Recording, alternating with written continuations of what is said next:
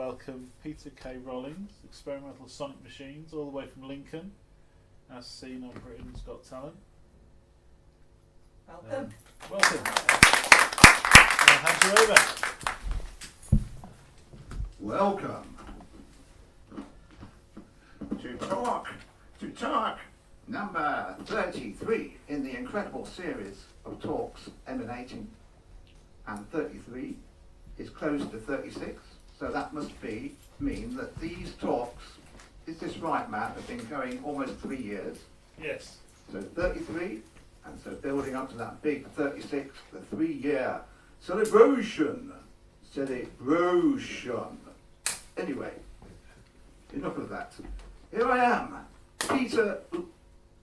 Peter K. Rollings. Rollings, bowlings, scrollings. But Rollings, my friends. Here is Experimental Sonic Machines from the land of Lincoln, brought to you today by the wonderful miracle of trains. Yes, your planet has these incredible elongated carriages, which brought me here today with my equipment. This vast array of stuff on the table packs down small for your carriage-style trains. Anyway, I'll show you that in a minute, but let's tell you how all this got started. And a little perch here. Dramatic pose. So, yeah. Anyway, years ago, this Peter K. Rollings chap was really into the powerful post-punk music like Joy Division, New Order, this really simple, powerful music which showed you didn't have to be a really good musician to get into music. You don't have to do all the twiddly, jazzy stuff and know a million chords to make a really powerful piece of music. So that really impressed me coming out of that new wave stuff, where there was Peter Hook with his bass guitar, the Joy Division bassist, and often his bass lines are very simple, just say 2 or 3 notes, looping round and round the same riff all the way through the song. So it just shows that out of this, almost like a mechanism in the music, is a real power and interest to see how a strong bass line fits with a good melody. So that impressed me. And so way back early 80s, with my school friends, we'd get a load of equipment and we'd put it in a wheelbarrow and we'd wheel it to the local village hall and we'd try to make music. Because the proper professionals made it look really easy on the telly. But when we come to this village hall with our, say, a Fidelity record player that we've wired up to be like an amplifier and just an acoustic guitar, and we try to put, say, a speaker on it to form a microphone, because if you use a speaker in reverse, instead of giving out noise, if you put it on, say, a guitar fretboard and turn up the amplifier a lot, you can hear the speaker with its coil, its little coil of wire, and the movement of the other bit, which is on the card cone of the speaker, being affected by the vibrations of the guitar, sends a little signal through. So that was the very primitive technology was using. We tried to make our kind of music, but as you know, teenagers, they're quite apathetic and they quite lazy. I found my friends didn't have this real enthusiasm about it, and they'd be getting to motorbikes and sports and girls, but I always wanted to keep this powerful music developing. So there was very much on my own then, because other humans wouldn't play this really primordial elemental music. They'd go off into, say, an established rock style. So there I was very much on my own with these strong rhythms and bass lines in me, which I wanted to realise. I thought, how would I create my own music without having any other humans around? And that sort of mid-80s got me thinking about music machines, because in those days you couldn't really get the technology cheaply where you just press a button and it would create your bass line. You could say record a bass line on a tape, but that seems a bit cheating, having a backing tape to play to. So back in the 80s, about 87, I got onto the idea of a cardboard disc player, which would be a cardboard disc with holes in it, rotating, and it would have a pattern of holes in it. This is a paper disc, but way back in the 80s, it'd be perhaps be a bit bigger than this. Holes in it, and there's just simple switches resting on it. So as it went round, it would play my bass line. So I would divide the circle up into, say, 16 beats or 32, depending on the bass line. So that was what I was working on about 30 years ago. But I always found the problem with the cardboard disc was they would warp. There'd be a differential humidity in the air, and they would get a warp in them, which would affect the distances of the switches. So that was always a problem with the cardboard disc player. But I kept going into the 90s, going on into the 90s, trying to make the cardboard disc player. But all the time I was doing, say, ordinary jobs like working in the warehouse or in a furniture workshop just to get a bit of money coming. But in my spare time, I always had a dream of making my music. And then sort of mid-90s, I got into cover bands, playing electric bass, just to try and get a bit of money coming in. So I sort of veered away from original into doing other people's music for a bit, which I felt quite uneasy with. And then in the noughties, I went off into the pictures, doing really sort of Hieronymus Bosch style fantasy paintings. I've still got those today. And then by the end of the noughties, I was really missing music. I really wanted to get back to it. So we get into 2010, and I really thought, because I got into my 40s by then, I thought I wouldn't always be young enough to do this. While I've still got the youth and the physical capabilities, I ought to really commit to getting this mechanical music idea going. And so when I got a garage, I bought a garage at Lincoln with some of the savings and moved to Lincoln. I was able to use that garage to try and make actual machines, getting away from the always flawed cardboard disc player with this warping problem, which always thwarted it. Although a few of them did work sort of all right, went right back to basics and made some very primitive music making things, or noise making machines. I think the first one was like a bike wheel, and it just had little sticking out bits of cocktail stick. And as the disc went round, which was a bike wheel on the outside, the cocktail sticks would lift levers and they drop down on drums, very much like this here, this drum here. It's an old paint tin which was in a bonfire, so it's had all its paint burnt off, including the residue of paint from the inside, leaving it with quite a good ring to it. That's got a good sound to it. So I would have these back in 2010, this bike wheel hitting tins and stuff. And I just sort of launched off into the open mic scene. Well, I better commit to it and just see how it goes with the audience. Very simple, primordial clattering and whirring noises.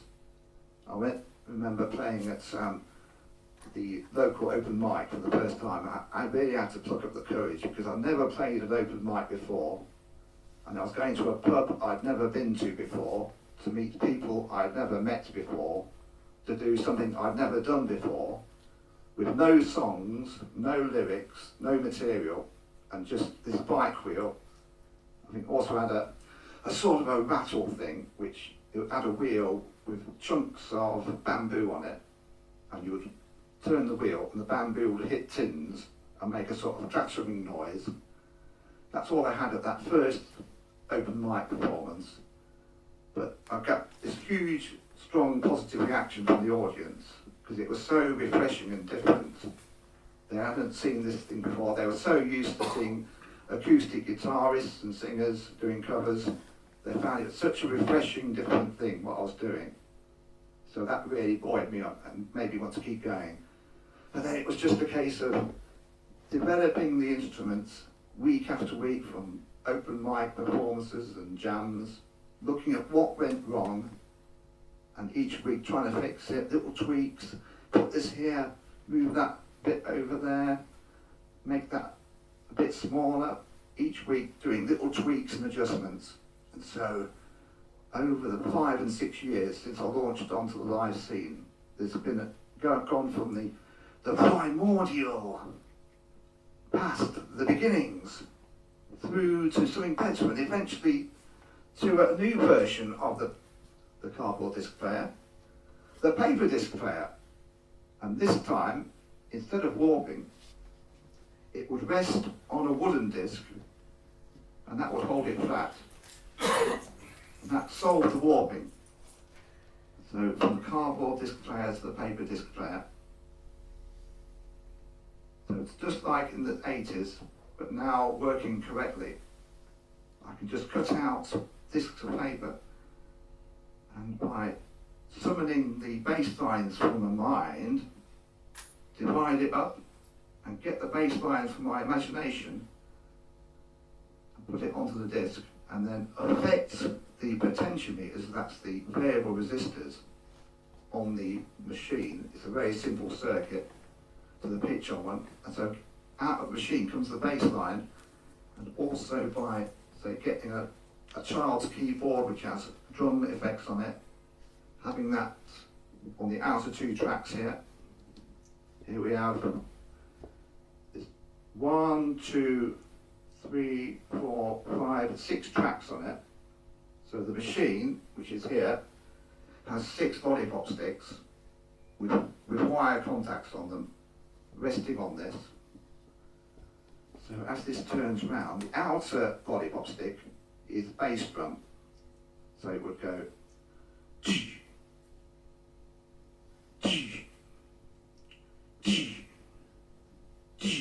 as this rotates. The next one in is snare, this one here. So it goes.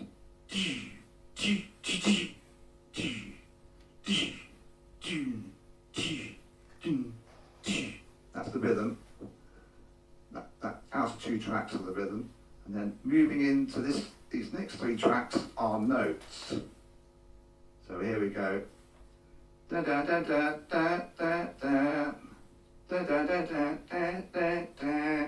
It's playing a very simple oscillator, which I soldered. I got the book Electronics from Electronics for Dummies from the library. That's how primitive my electronics are. The most simple circuits you can do. Just one integrated circuit. In fact, in this one there's 2. It's a siren effect. So in the book, it's actually intended as a burglar alarm for someone's garage. So it sort of goes if someone tries to break into your garage. But I looked at that circuit, and you can actually replace one of the resistors with a variable resistor and alter the pitch of the note. So you can just go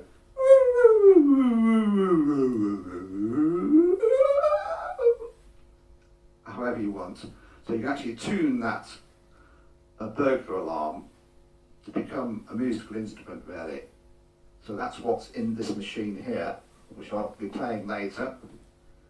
That is the centre of what this project has become, going from barbaric abstract music to being the music that I always wanted to make, with the strong, powerful bass lines and melodies. So that is the centre of it, the ability to do actual, repeatable musical pieces with these pieces of paper. So it's been like an evolution from, say, analogous to the development of life on Earth. Like in the Cambrian period, you had very simple life forms going through into the first land animals and plants, evolving to more sophisticated creatures, eventually coming to humans and just like evolution has, I can see an analogy in how this has developed from those really raw, quite harsh abstracts of past. So this is the array of the sonic machines I brought today on your medium of the trains. What a fine array it is too. Let's see if I can, with this, I'm attached to a cable here in this thing. So, first of all, what am I talking to you on? It is in my helm here, my attractive silver helm, is a condenser mic. Now, as I'm going along, in skips you can often find old telephone handsets.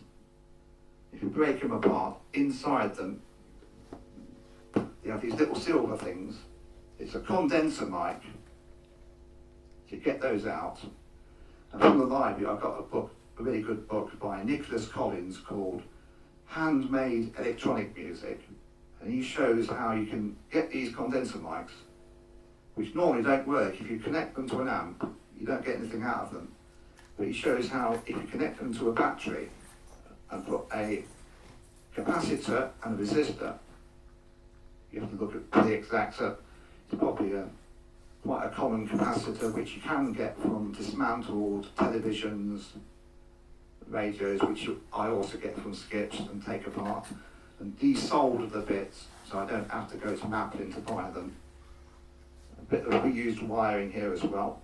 And then from the market you can get market crates free of charge often from the fruit. So just this. I think I'm blowing on the mic a bit.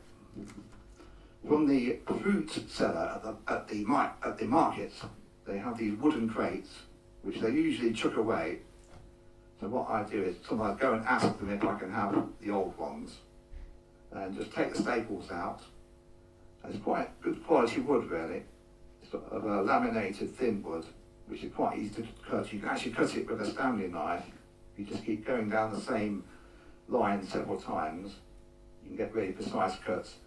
And so the structure of this is made from old market crates and a few rubber bands and to hold the contacts onto the battery, so that if I say I lift the contact away from the battery, it would stop working.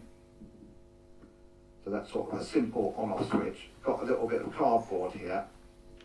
So if I lift the battery contact away and then put the contact on again, that is now switched on, because that cardboard was interrupting the circuit, the storage. So if I'm travelling across your world in this amazing train carriage, the microphone switched on in my back, that would be foolish.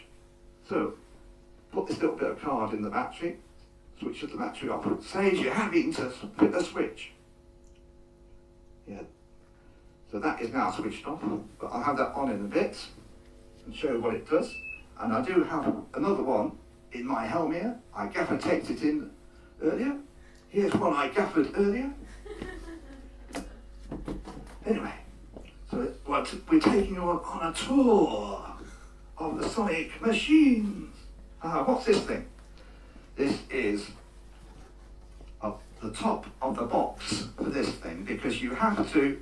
Oh, you're amused. You thought of a funny reply. Can we hear it? I just thought it was another drum. Oh. Good idea. I would use that. Yeah, a bit of contact mic. Perhaps this thing can hit it. Good idea. Yeah, we must go into partnership. This is the top of the box. So this goes on here. And now, I crown you the ruling sonic machine. There. That's how it goes on the train. Just sort of plonk that on top, and that protects all the wiring and the gubbins in there. I've got a bungee cord, so I can put that round there, and that holds the lid on, so that when the train's all jostling and scrossling across the landscape, it doesn't break my beautiful train. Anyway, So that's what this mysterious sort of alcove thing is. Anyway, drum, yeah, good idea about the drum. Oh, am I still on? Yes, I'm still on. So we're taking a tour. What I'm probably going to do at some point is walk away from this and pull this cable out. So I need to be careful about that. Countless gigs. Countless gigs. You have to be skillful with your cables. Remember, you're connected to the equipment. So don't walk away with this thing on. Otherwise you'll pull the amplifier with you across the room. Anyway, enough of these embarrassments. So I'm getting a bit more crafty as time goes on. Judging the length of the cable. Let's get longer cables. So we're venturing across the landscape of the sonic machines. At talk number 33. Next thing's on the table. Can anyone guess what this is? Looks like my A-level results. Okay, what this is because at gigs I find things that I practiced and which I can do in practice really quite nonchalantly and get it all off the cuff and play that riff really beautifully. When I come to the gig, my mind goes blank and I can't remember the notes to play for that tune. So what I do is, here's me, my lush keyboard here. Get this bit of card, put it on the keyboard, and that shields off all the bum notes. So, it happens at gigs that you sort of lower your IQ at the performance, and things that you can do at practice you just can't do. So this helps, but hopefully with time I'll get better at playing my own tunes. Anyway, that's what that is.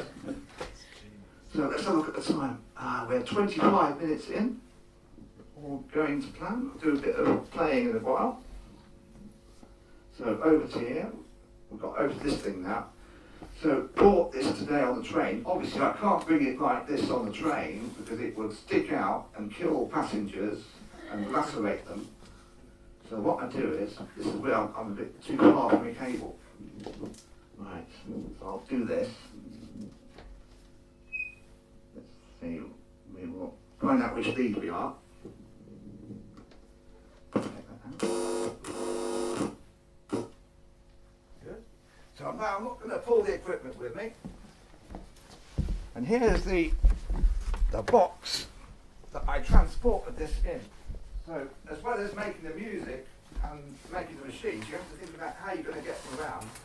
Because I don't drive, and I'm thinking I have a bicycle and a trailer, but for further distances like Sheffield and Rotherham, I thought I'd have to somehow get these really complicated things out to other bits of the country intact, and they'd have to work when I get there.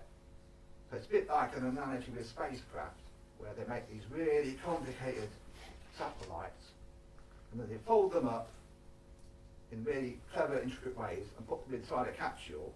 You see, it's a bit like analogous to a capsule, and then they go through space, which is like the train going through the landscape. So they're protected as they go through space.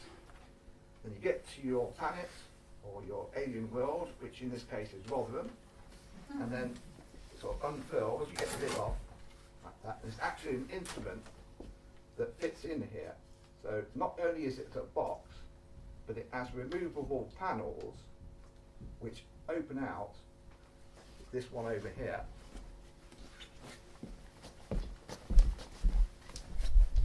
So this instrument, which I'll play later, came as the centre of this bit.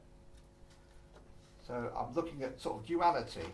It's not only is it a way of transporting them, but the parts of it can also be used in the performance. So that's what I'm thinking. Trying to get, instead of just carrying a chunk of wood, just as a piece of packing, have it useful as well in the performance. That's how I'm thinking. That's the lid. That's discarded, a bit like the aero shell, the heat shield of the spacecraft into it. And then this was unscrewed. It's about, say, 4 screws, and it comes into chunks that will fit into this box. Into the box. There's also air spaces here and there where other things can be fitted. It's quite a, you see, quite a spacious box in there. I think with Virgin Trains, you can take luggage up to 3 feet wide in each direction. So I think of a cube about 3 feet wide on Virgin Trains, which are quite constricted trains. I should be able to take this box all over the country by that means. And I didn't come on Virgin Trains today. It was a more spacious train even than that, so it wasn't a problem at all. There's a bicycle area at the end of the train where this fits in easily. And in fact, this is its first outing, because I've made the wheels for it as well. These wheels from an old trolley, and they've got suspension as well. It has a bit of absorption there, because it would make a real loud rumbling noise on the pavement from the cobbles and things. So you have to try and deaden the vibration, and the vibration might also damage the instruments and machines. So that's had its first test coming here today, and it's worked fine. It really does make it quiet on the pavement. So again, the sides are meant to become instruments and useful things eventually. This used to have a machine on the back, and that machine is now being developed further, so it's not there at the moment. Over here is the unit on here.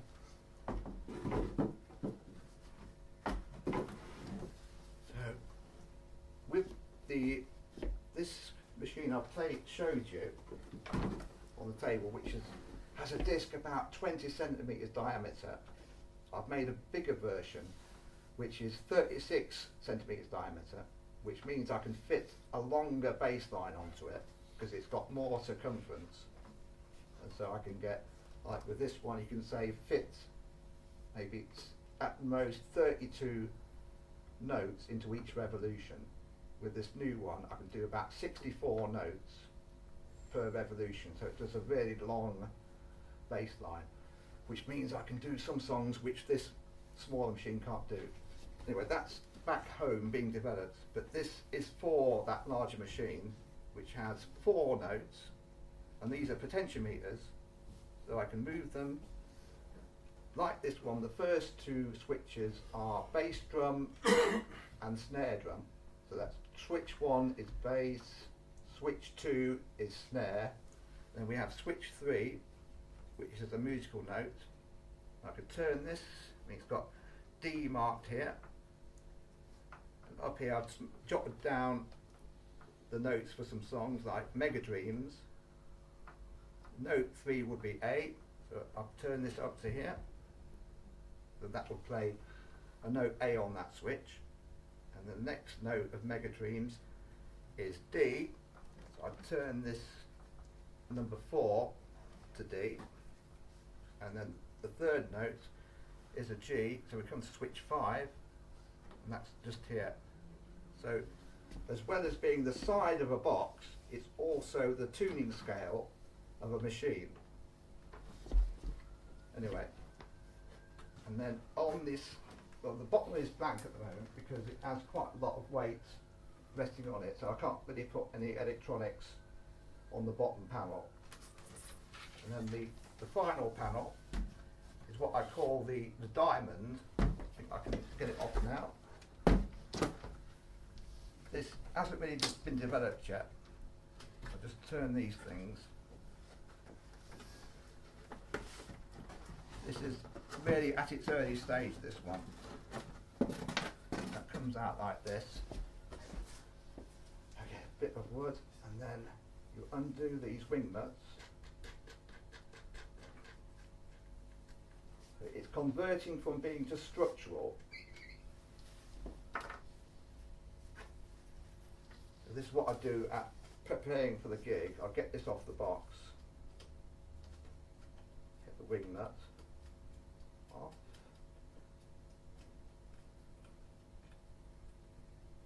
Wing nut comes off.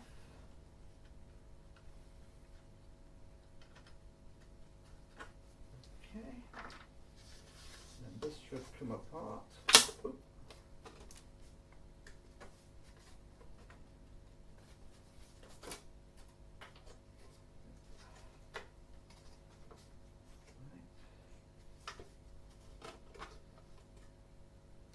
Okay, and then how's it go? So eventually it's going to bolt together like that, and it will become sort of a science fiction, a bit like a flying V guitar instrument. I'll probably put electronic circuits on it and decorate it, and then it'll be like a sort of a science fiction instrument, coming away from just being a structural part of the box to being an instrument in its own right. So that's for the future. Anyway, that's the transportator. Lost that nut.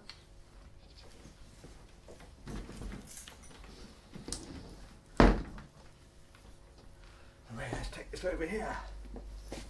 That is the space capsule that travels across the South Yorkshire landscape. Okay, how are we doing for time? Yeah, we're just 35 minutes into this 60-minute exploration of sonic amazingness. So where have we got to? Aha, what's this? Over here. Now then, a new thing for me is to use light, not lollipop sticks. So, looking in this book, Electronics for Dummies, it had a circuit, a light alarm, which had a light dependent resistor in it, so that when, say, if a burglar opens your garage door, it'll go like that. A very simple circuit. But I saw the potential of that if you could tune that note and have a line of them, looking at a black and white pattern, you've got the basis for a music machine. So just going from a burglar alarm to a music machine, that was the sort of thinking I had.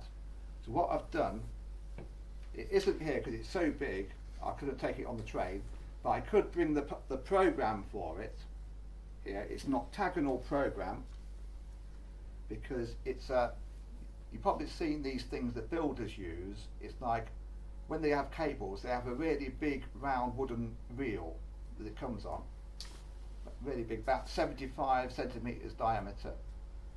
So if you get them out of a skip, take them apart and get one of these big wooden discs, and then this goes onto that disc. It's got rubber bands at the end, so it sort of secures it to the disc on 8 screws on the disc that holds it nice and flat, and then this rotates, and you have 6 light alarms with their LDRs looking at this pattern. So as it's going round, going like this, and as these white bits go past the light alarm, it goes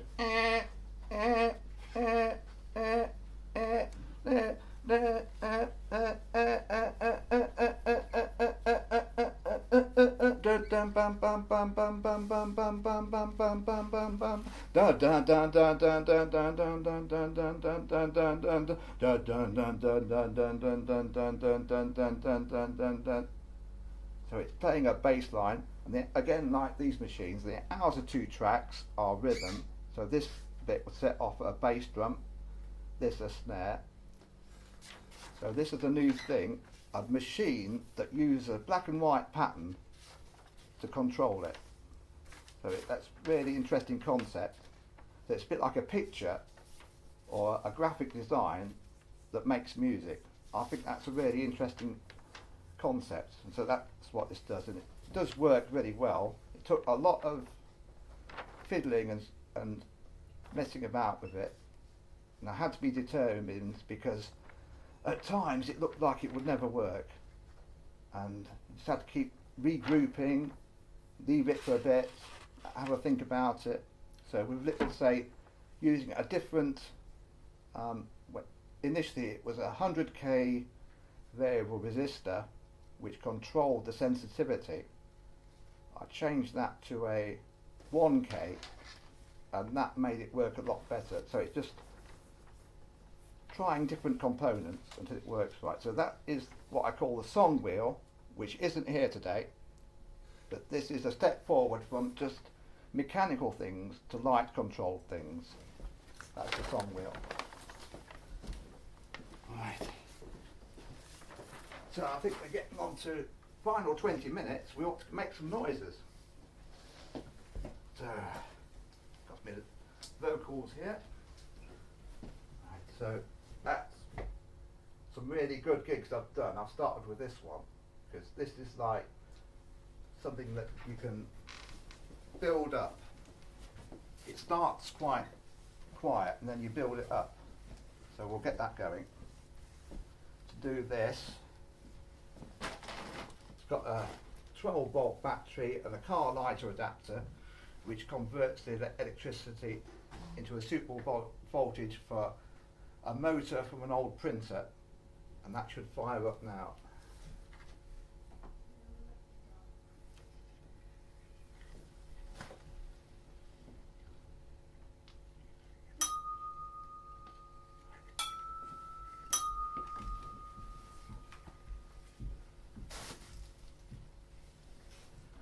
La la la.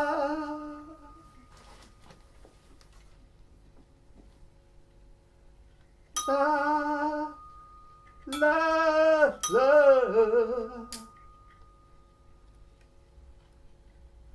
La la la. So I'm now turning up the voltage, it's speeding up. La la la, la la la.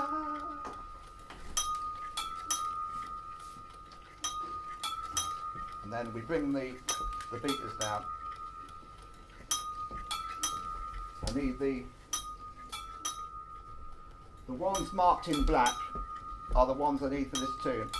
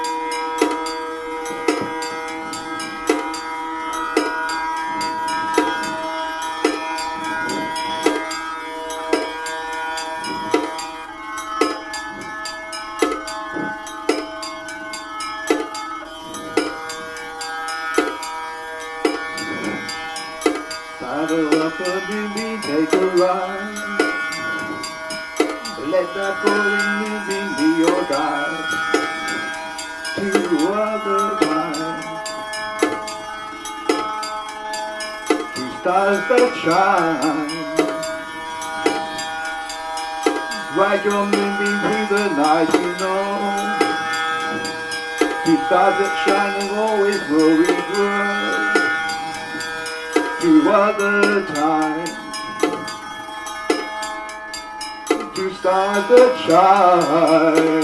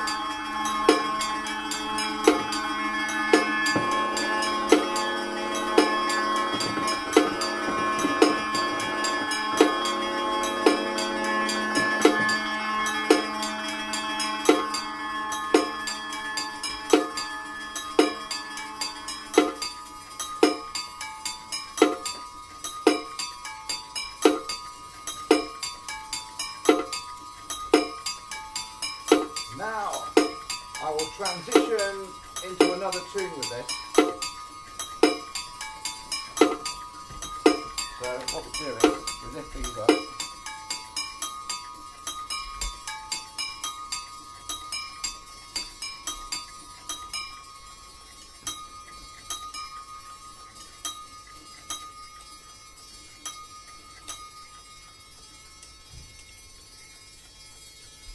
And then the transformation.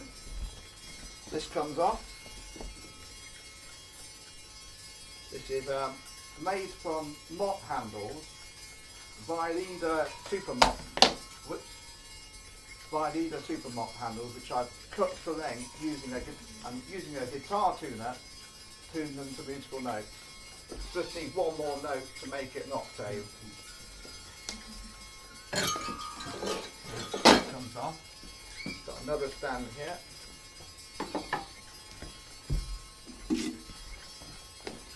Another drum comes off. And now I use the ones with the red marks on, which is should be a rhythm.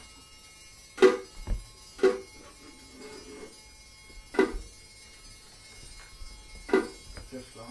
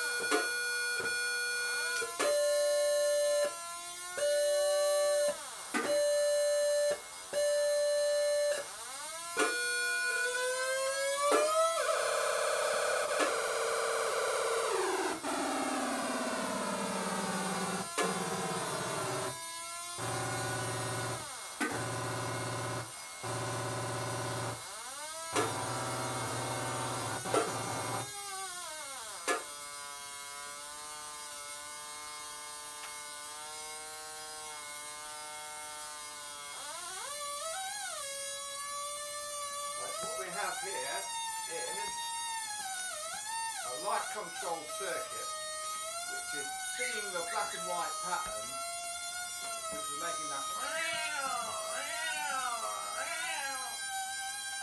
so every time this went round, this simple circuit with its light dependent resistor was seeing the change of black and white and it was affecting the note. I also have here some simple switches with screws in this disc, and they brought two wires together which was working this very simple organ-like thing using pretty much that silent circuit to make the note. So that was that sound as well. So from that machine I can get a real progression from it playing that tune at the start going into this quite tribal music that it does as well. So that's a good machine. Okay, we're coming up to the final 5 minutes. So we'll have the paper disc player now. Get this one going.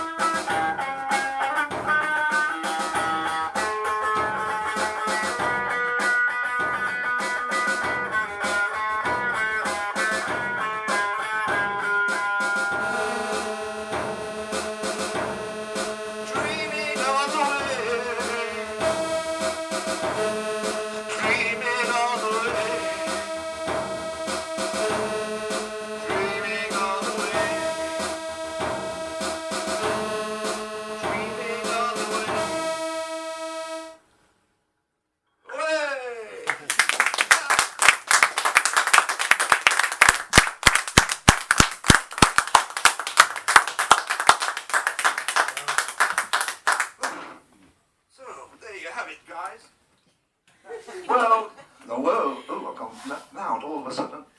The world of experimental sonic machines will make. So, do ask me questions afterwards. You've been a beautiful audience. I do have to tuck my little CD hat. 5 pounds, it's live recordings from the past few years. It's quite raw stuff on it here at times, acoustic stuff, clattery stuff, coming up to the modern stuff as well. So, big thanks to Raw and all the guys here for booking me. It's been an amazing adventure coming to Rotherham for the first time in my life. I've never been to Rotherham before. So thanks for having me, and keep supporting art and music and keep creating yourselves as well. Thank you!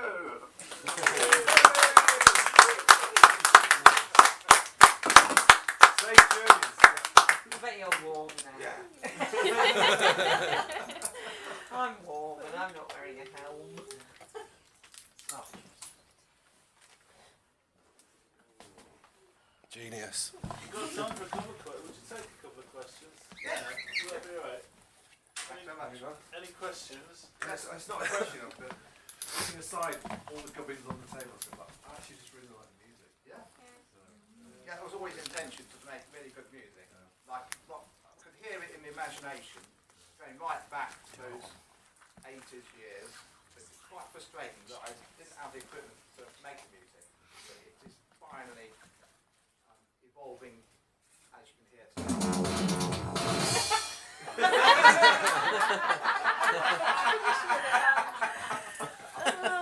Thank you.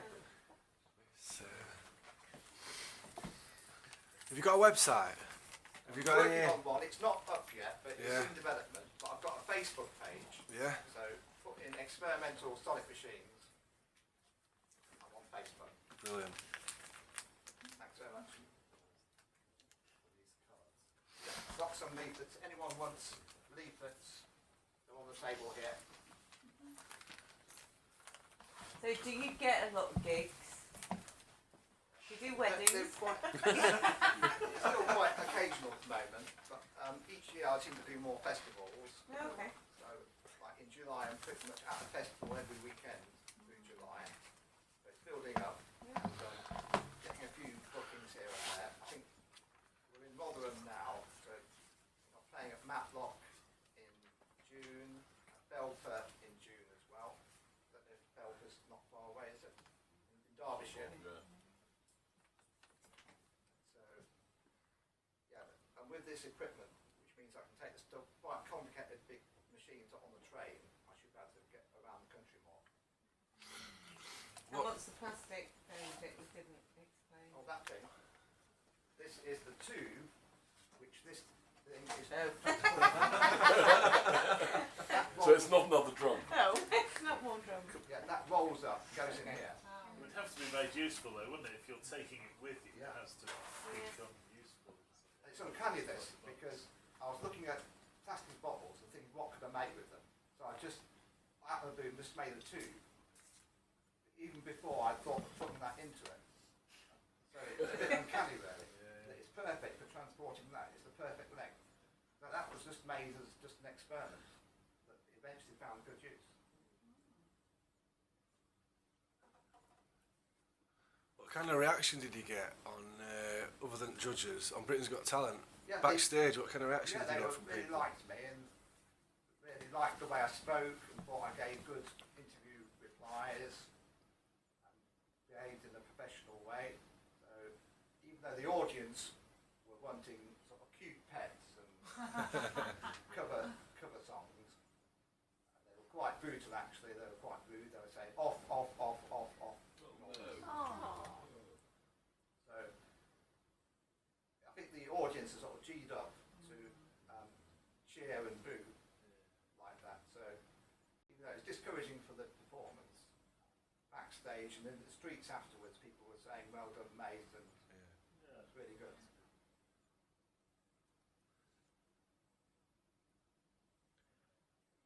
I'm still stunned. I think. Well, thank you again. It's been a real pleasure. And now you've got to pack it all up. Does that take longer than setting it up? It tends to take